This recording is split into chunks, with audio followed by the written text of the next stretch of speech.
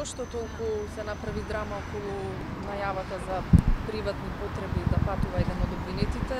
Според вас, дали треба да се издвои постапката? Што е тоа што вие го барате? За да не се одлага судењето. Да, па како што знаете, еден од обвинетите побара после утврдувањето на терминот за следно рочиште помеѓу обвинителството и обвинетите и одбраната, одлагање на тоа рочиште од лични причини. Ние се произнесовме дека не може да се раздвои постапката заради тој обвинет и дека тоа не представуваат некои особено важни причини за одлагање на следното рочиште од главната расправа. Генерално на ова судење, на овој процес има многу обвинети и веќе втор пат се одлага судењето. Како очекувате во иднина ова да се сопре со оглед на тоа што обвинетите се со претежно со мерки на претпазливост или воопшто без мерки? Па не се сите обвинети со мерки на претпазливост. Неколку од обвинетите ги имаат тие мерки.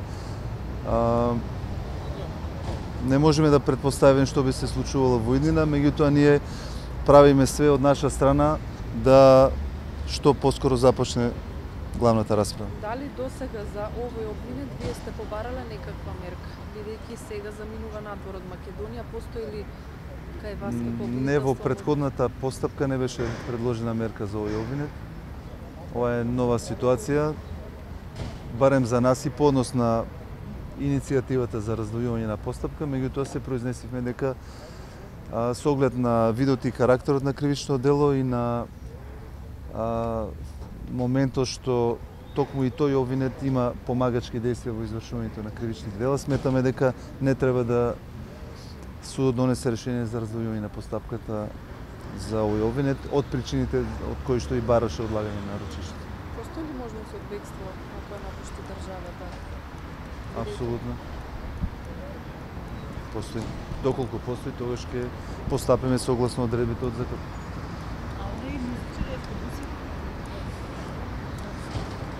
Па очигледно да, и музичар е, а во предметов е обвинет како овласно лице на еден од превозниците кои што вршеле превоз на ученици на територија на општина Битола.